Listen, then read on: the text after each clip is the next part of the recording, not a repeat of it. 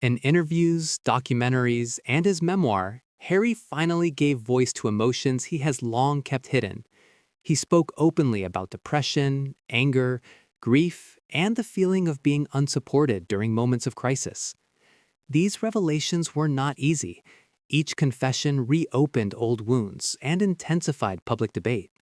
Some viewed his honesty as healing and necessary, while others saw it as damaging to the monarchy.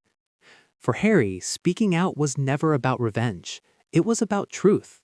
After decades of silence, he chose transparency over tradition, even if it meant further isolation.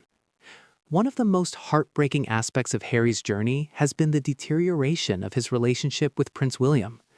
Once inseparable, the brothers grew apart as responsibilities, expectations, and perspectives diverged. Harry has described feeling misunderstood and unsupported, while William has remained largely silent.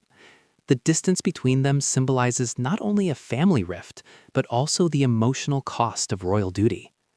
Despite the tension, many royal watchers believe the bond is not beyond repair. Beneath the anger and hurt lies shared trauma, shared loss, and a shared longing for understanding.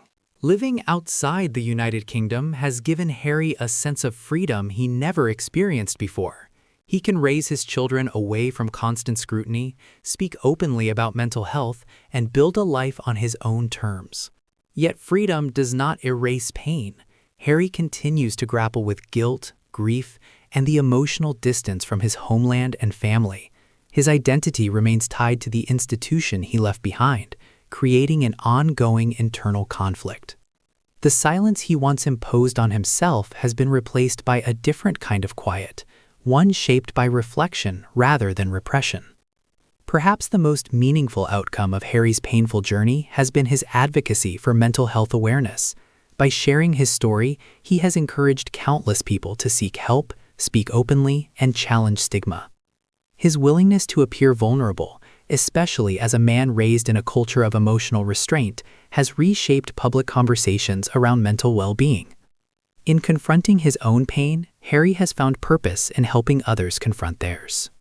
Prince Harry's story is not one of resolution, but of ongoing healing.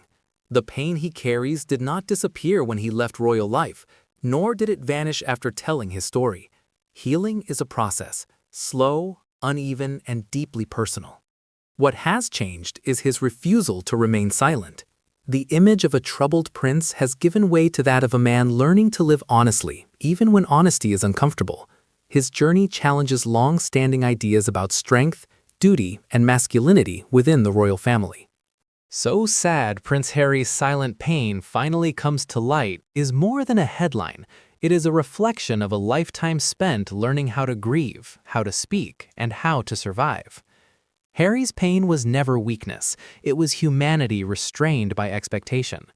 Now, as that pain finally steps into the light, it tells a story many can relate to, a story of loss, resilience, and the courage to choose healing over silence. For years, Prince Harry has been one of the most talked about members of the British royal family. From the moment he was born, the world watched every step of his life. His childhood smiles, his teenage rebellion, his military service, his marriage, and eventually his dramatic decision to step away from royal duties. Yet, behind the headlines, paparazzi flashes, and endless commentary, there has always been another story unfolding quietly. A story of pain, loss, confusion, and emotional struggle that Harry rarely allowed the public to fully see. Today, that silent pain is finally coming into the light. Prince Harry's emotional journey cannot be understood without revisiting one defining moment, the tragic death of his mother, Princess Diana, in 1997. Harry was just 12 years old when the world watched him walk behind her coffin, flanked by his father, his brother Prince William, and his grandfather Prince Philip. Millions saw a young boy forced to grieve in public, expected to maintain composure while his world had just shattered. In later years, Harry admitted that he shut down emotionally after Diana's death. He buried his feelings, convincing himself that expressing grief was a sign of weakness. For a long time, he avoided thinking about his mother altogether, a coping mechanism that protected him in the short term but left deep emotional scars. This unresolved grief followed him into adulthood, shaping his behavior, his relationships, and his outlook on life within the royal system. Growing up as the younger son of Prince Charles meant living in the shadow of the future king. Harry was often labeled the spare, a term that, while traditional within royal circles, carried emotional consequences. While Prince William was groomed for leadership and responsibility, Harry was left to find his own identity within a rigid institution that offered little room for emotional exploration. Publicly, Harry was portrayed as the fun-loving royal, the joker, the rule-breaker, the carefree prince. But privately, this image masked feelings of insecurity and displacement. He struggled with a sense that his role was secondary, that his purpose was unclear, and that his emotional needs often came last. Over time, this internal conflict manifested in reckless behavior, strained relationships, and a growing sense of frustration with royal expectations. For Prince Harry, joining the British Army was more than a career choice. It was an escape. Serving in Afghanistan allowed him to step away from royal life and experience a sense of normalcy, camaraderie, and purpose. In uniform, he was judged by his actions rather than his title. However, military service also exposed Harry to trauma. He later revealed that he suffered from panic attacks, anxiety, and symptoms of post-traumatic stress. The pressure of combat, combined with unresolved childhood grief, took a significant toll on his mental health. For years, Harry remained silent about these struggles, believing that speaking openly would be unacceptable for a royal. It was only later, through therapy and self-reflection, that he began to understand the importance of confronting his pain rather than suppressing it. The arrival of Meghan Markle in Prince Harry's life marked the turning point. For the first time, he found a partner who encouraged emotional honesty, vulnerability, and self-awareness. Meghan's openness about mental health resonated deeply with Harry, helping him recognize the damage caused by years of silence. Their relationship, however, quickly became the subject of intense media scrutiny.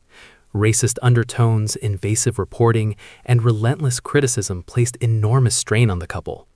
Harry later admitted that the treatment of Meghan triggered painful memories of how his mother had been hounded by the press. This fear of history repeating itself intensified Harry's emotional distress and strengthened his determination to protect his family at all costs. In 2020, Prince Harry and Meghan made the unprecedented decision to step back from their roles as senior working royals. While the move shocked the world, for Harry it represented survival rather than rebellion. Leaving royal duties meant walking away from tradition, security, and privilege, but it also meant reclaiming control over his mental health. Harry later described feeling trapped within the royal system, bound by expectations, protocol, and an unspoken rule of emotional silence. The decision came at a cost. Relationships within the royal family became strained, particularly with Prince William and King Charles. Public support was divided, with critics accusing Harry of betrayal while supporters praised his courage. Behind the controversy, however, was a man desperately trying to break a cycle of pain that had defined generations.